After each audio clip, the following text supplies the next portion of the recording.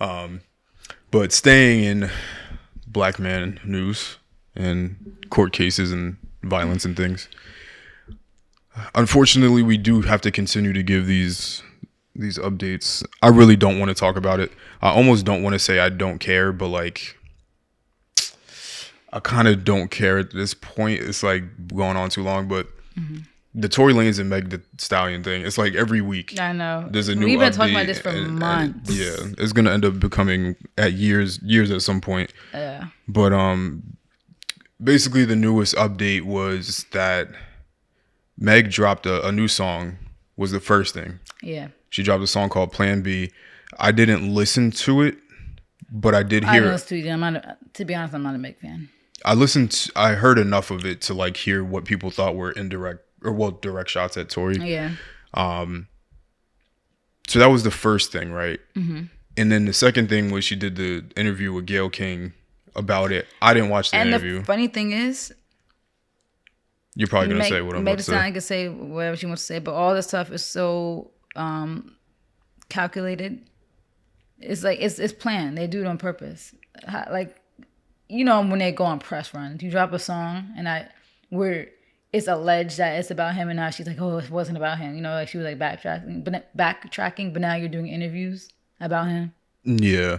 Come on. You knew you was gonna get the attention. You knew that people were gonna think it was about him, and you decided to go on a little press run. And let me put a disclaimer. All calculated.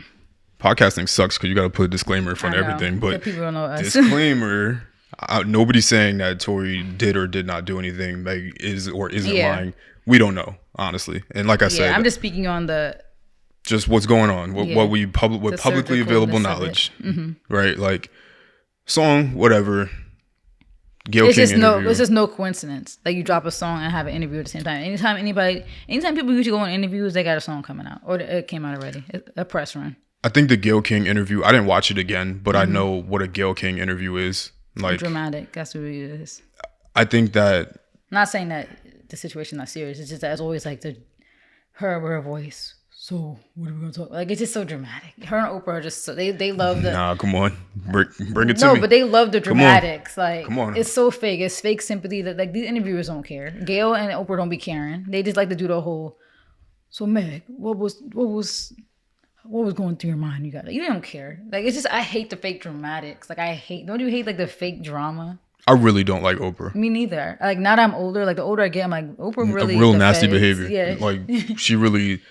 All up on Weinstein and all these places. And we've talked about before how she's kind of responsible for the single woman bitter woman era. She raised, and it's being our generation is getting sucked into that bitterness. That's all I see on Twitter is bitter women all day complaining.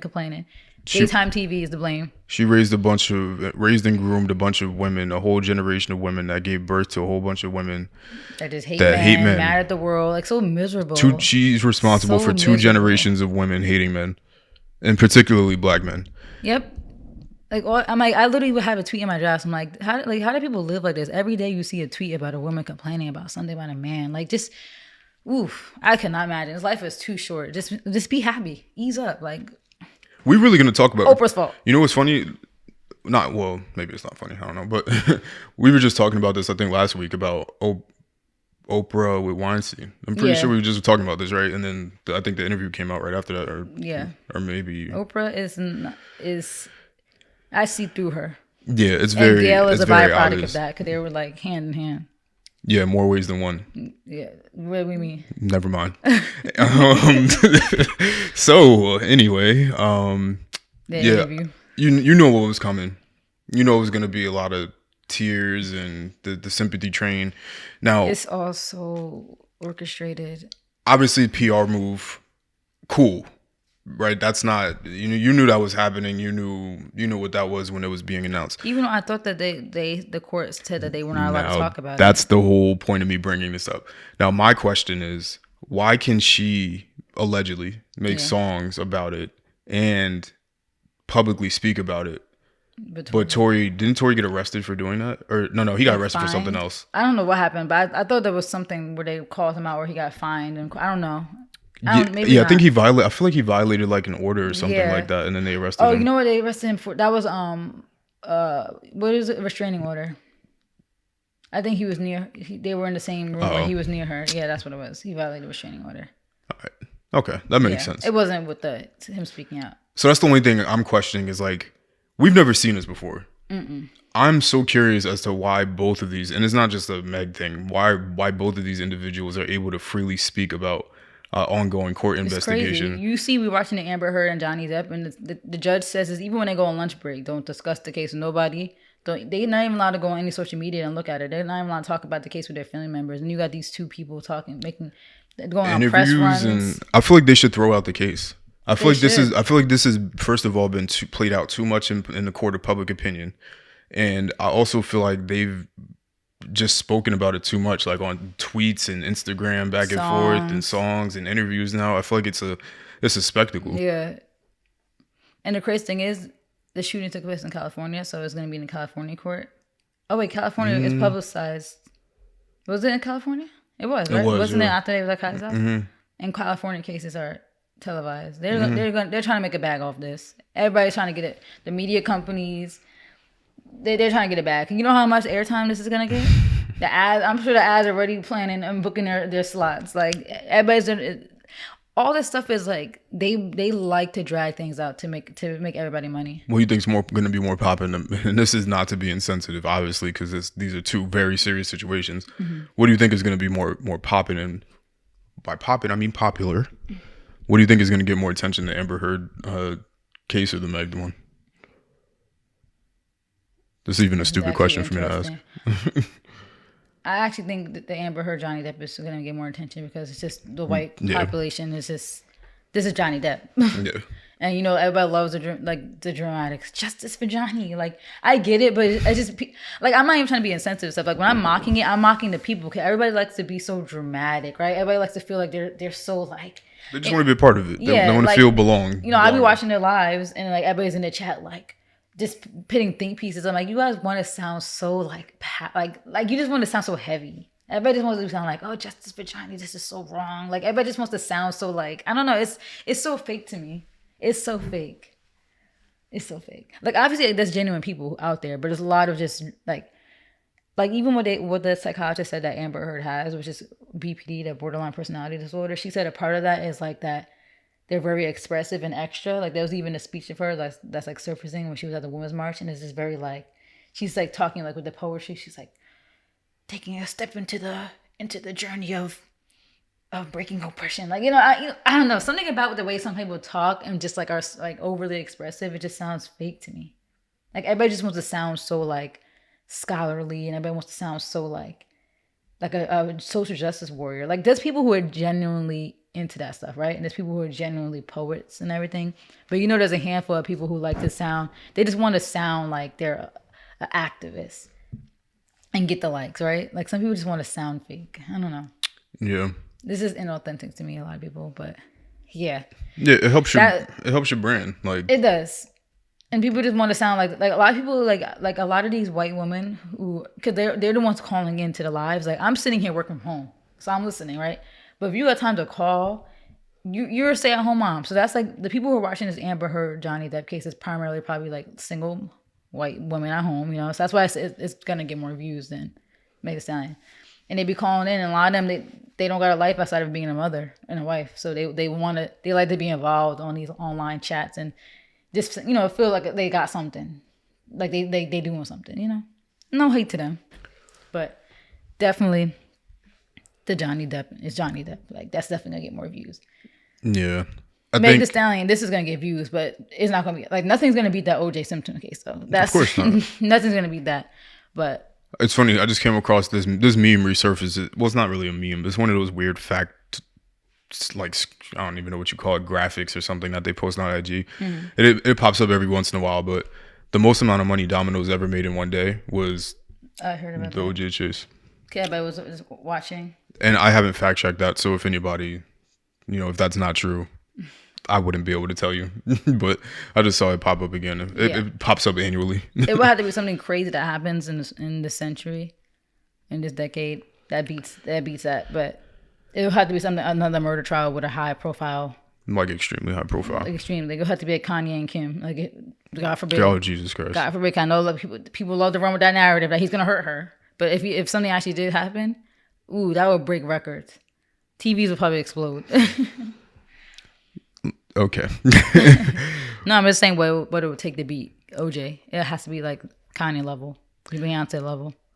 Do you think, as a black woman, and I love putting you on the spot with really tough questions because I want to get you canceled, but I don't care. Cancel me. as a black woman, do you think that there is an agenda to to demonize black men? And do you think that there's an agenda for black men to demonize black women? Yeah. To both. But more so the men. Do you think that you, and of course you're gonna expound on it, but do you also think that that demonization is something that's pushed by our own people? Like we aim to do that for the purpose of gain, or do you think it's the influence of other races? I think we do it because we just have an obsession with breaking each other down. And I think that comes from slavery. And us demonizing each other back then. Even I don't even know if it comes to slavery though, because there's black people who come from Africa who are immigrants here that do the same thing. So it's just, I don't know what's wrong with us. I don't. But I do think there's some type of agenda. And the funny thing is about agendas is that like somebody will get the ball rolling, but it still is up to us to keep it going. We just keep it going for some reason. Like I see, women complain about men of all races all the time, but I see primarily, and I guess, it's based on who you follow. Of course, I follow black people, so my tweets are going to be black people. But even tweets that go viral is most of the time black people, black women usually. Like tweets that go viral about complaining about men, it's always black women. Even somebody made a point, like the whole 50-50 argument. You notice that most of the people who perpetuate that conversation is us. No other race be arguing about 50-50 online. So it's just like, let me jump in real quick. I don't personally think that anyone should look to one particular. Fuck that.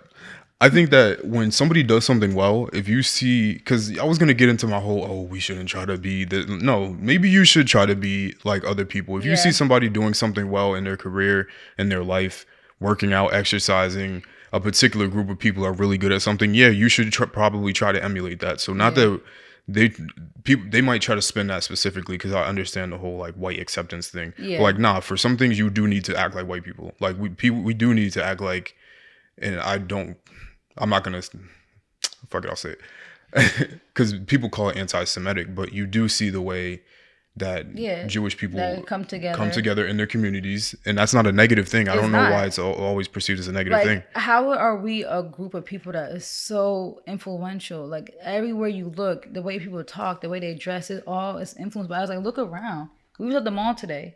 You've seen it, like a lot of outfits. The sneaker culture, that's us. Like Jordans, that's a black man, a black basketball player. The way people talk, the way people be like sis and this and the period thing, like that's us, You look around and it's like, how is it that we literally have control in this way, but we don't have control? I think that one thing is that, and you could always make the argument that slavery is responsible for a lot of the thinking of black people. And it is. Yeah, you can make that argument.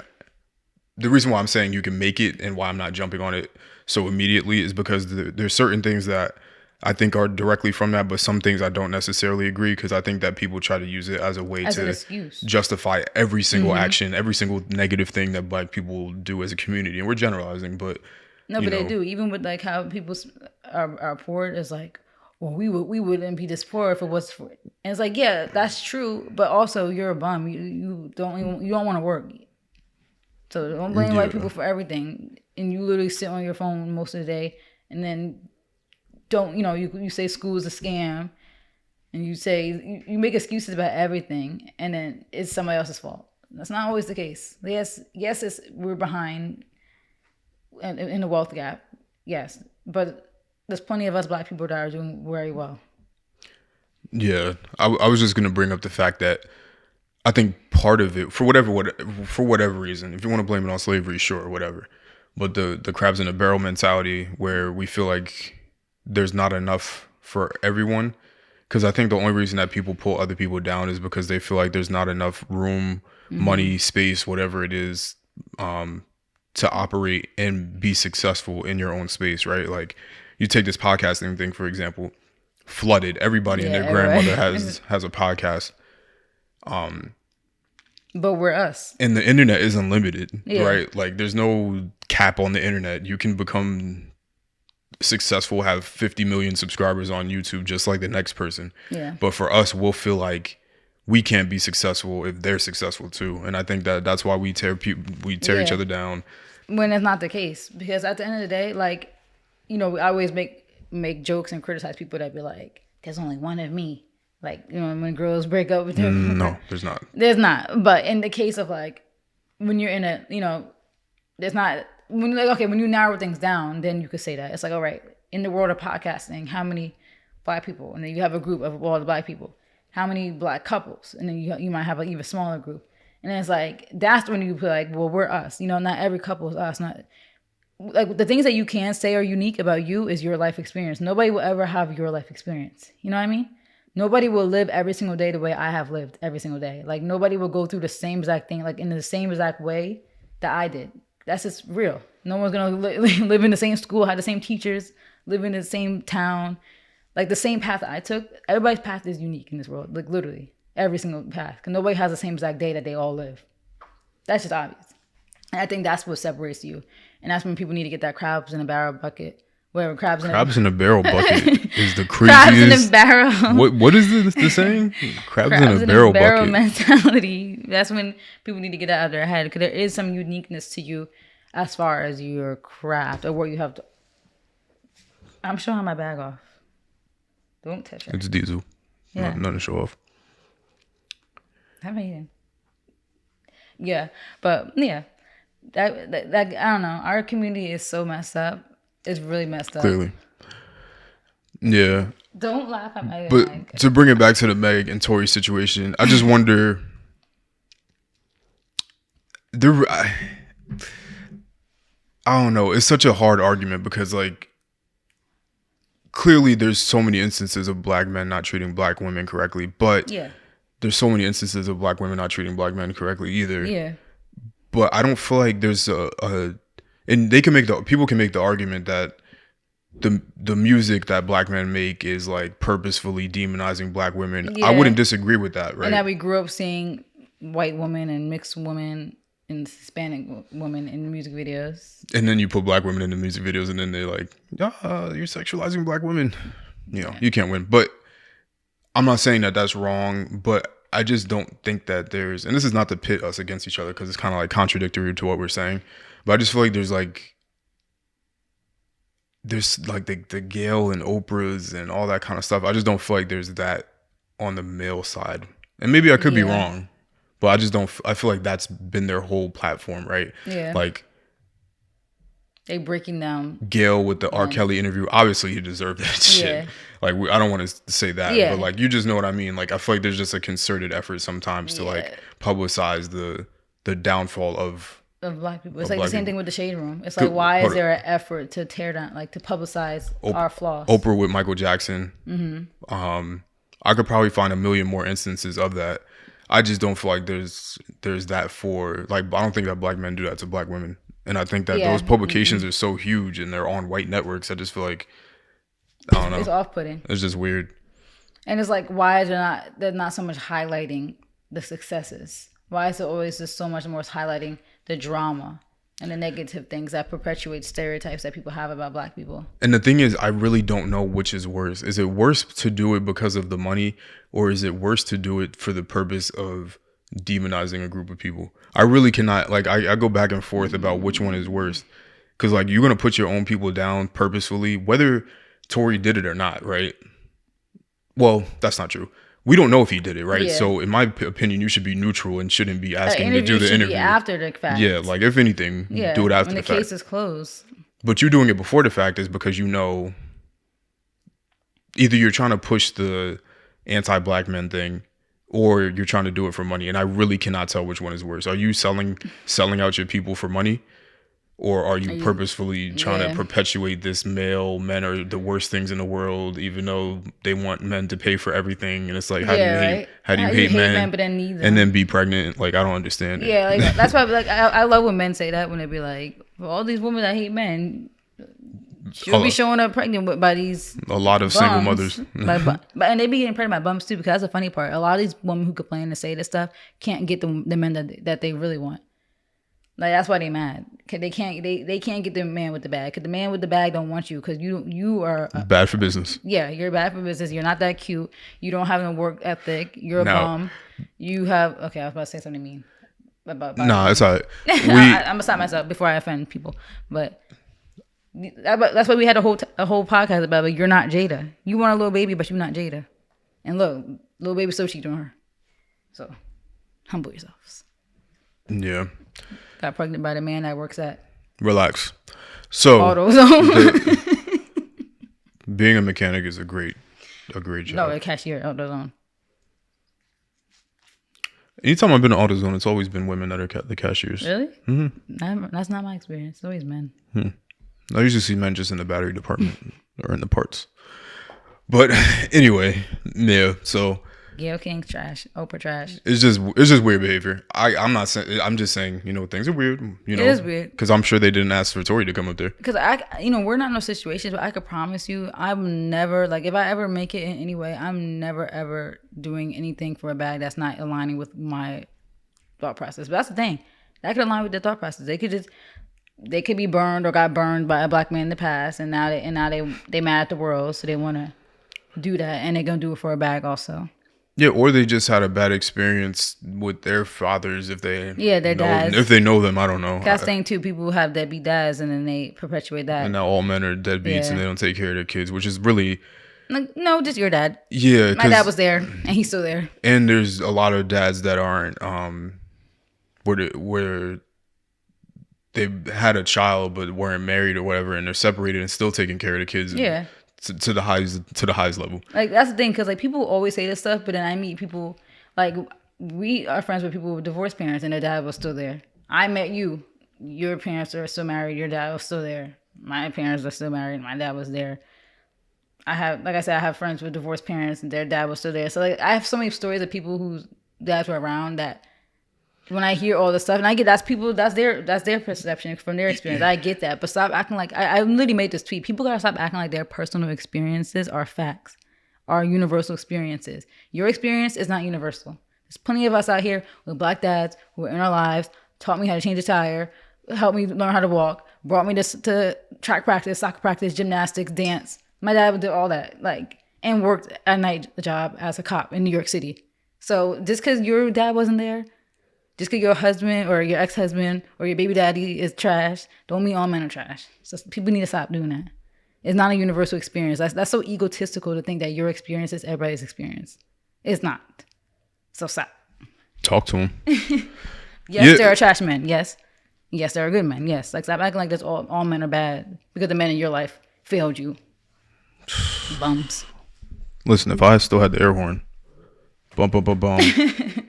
It's a trash air horn. Cause it's crazy. Like, I have so many males in my life that were great men. Like grandpas, my step grandpa. My step grandpa's not even blood to me, and he brought us camping every summer. Him and my grandma. We used to go up and down the East Coast every summer. And I have great memories with him, and he's not even blood. So people need to stop.